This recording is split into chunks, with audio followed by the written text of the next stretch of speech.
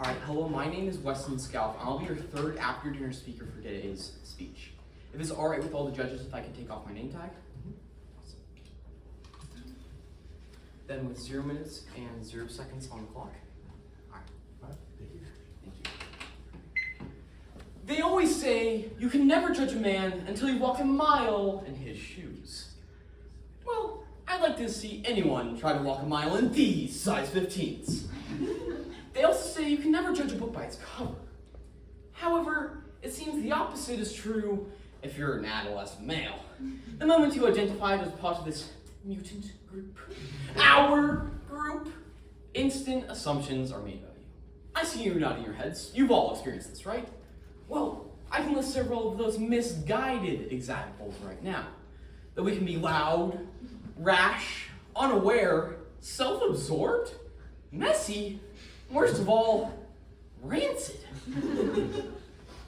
As if teen boys aren't misunderstood enough, people need to realize that we have big problems too.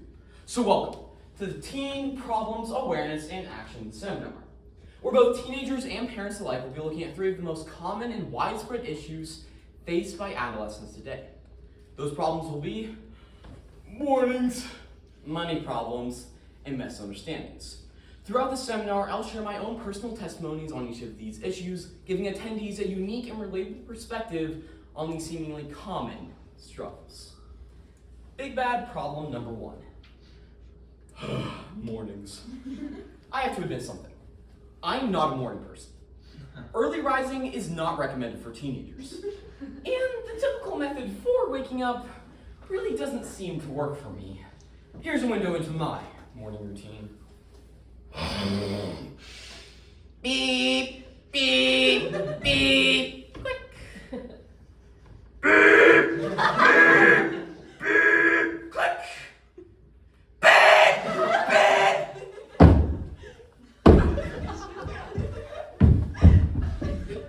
If you like an alarm clock blaring at the start of your morning, please see my sister for a refund. But if you're like me and most of my fellow teenagers, loud noises in the morning give us an interesting feeling. That generally unsatisfied feeling you get when, say, eating sriracha sauce on a banana.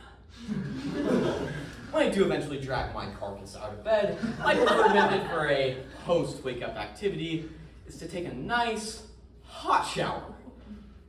However, I have 3 brothers who always wake up earlier than me. So my shower experience goes something like this.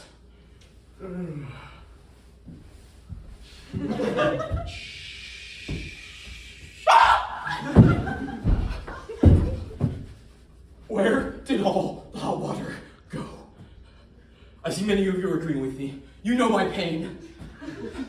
The cold shower and the blaring alarm clock are just the first consequences for waking up late.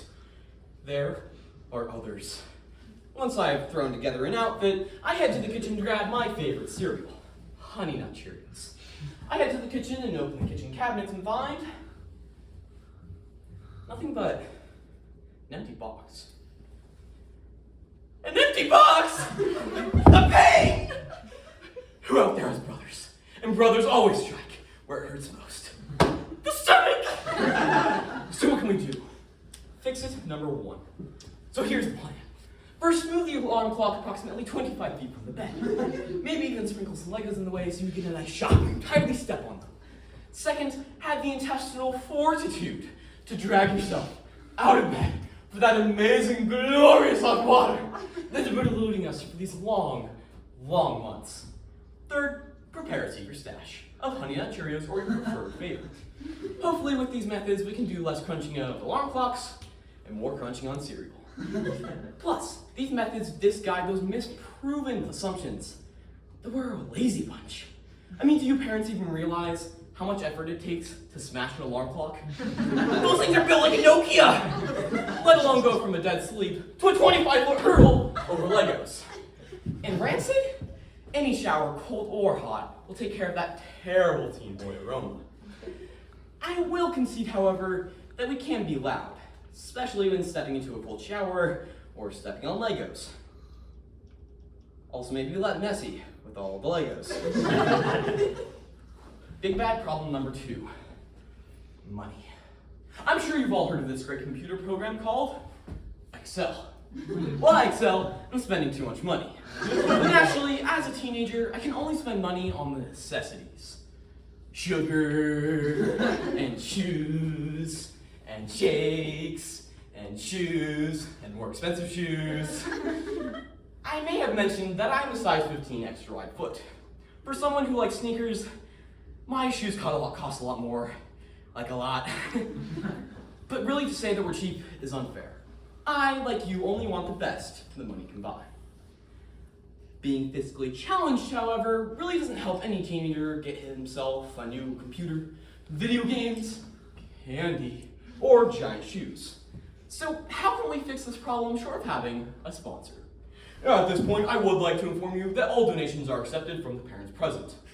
Unfortunately, these are not tax deductible, but thank you for donating to the Broke Boy Foundation to help fund the very necessary things in our kids' poor lives. Fix it number 2. So, I got an idea. The pyramid scheme. No, I'm just kidding. But let me tell you a secret. Making money isn't rocket science.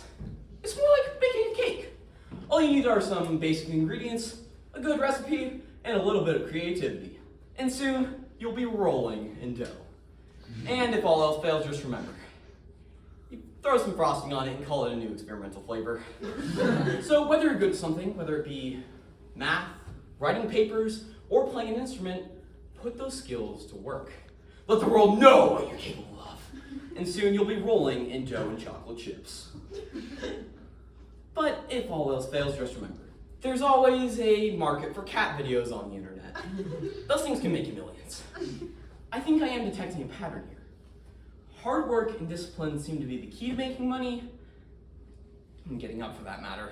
But the most important life lesson we must learn from this is how to evolve from Neanderthals to advanced life forms like Elon Musk.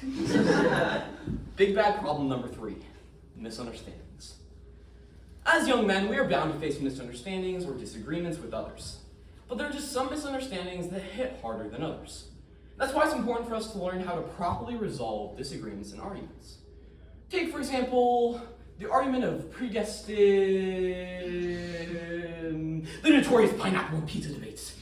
Now, some of you may be thinking, what on earth are you even talking about? Pineapple and pizza is an abomination. While others may be thinking, what on earth are you talking about? Pineapple has that sweet and tangy flavor that perfectly complements the savory pizza topping. I think as teen guys, we need to understand that people don't always need to agree with us. Just because your friend Sharon doesn't like her pizza preference doesn't mean you need to block her on social media. Fix it number 3.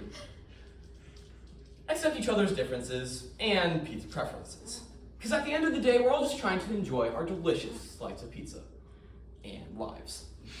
So sometimes I gotta let Sharon have her flawed and irrational opinion of pineapple and pizza, and still have my obviously right and rational opinion, and still remain friends. But at the end of the day, mornings are like horror movies. Finding money opportunities is like finding a needle in a haystack, and misunderstandings are as common as parents telling teens to put the dishes in the dishwasher, not the sink. But rest assured, my fellow teenagers, dealing with our daily dilemmas doesn't have to be drudgery. Instead, approach it like a wild adventure. And hey, if our family and friends can't handle our extra large footprints and funky odors, that's their loss. But people need to realize that as teen guys, we are facing some serious stuff here that not everyone realizes. So, to all present, fellow teens and parents alike, remember that however big, however small, until you open the cover of the book, you never know what the stories are inside. After all, some of the most intriguing stories often come from the most unexpected places.